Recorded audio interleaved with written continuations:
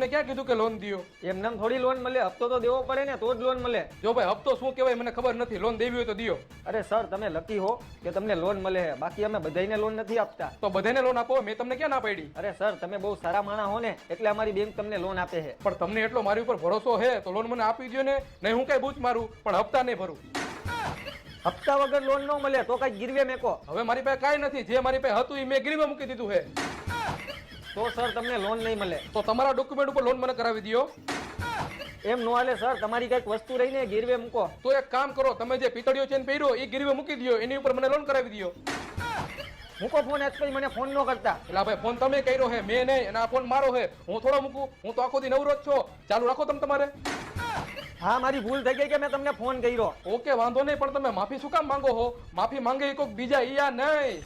હાલો હાલો હાલો હાલો હાલો tower વયો ગયો લાગે છે.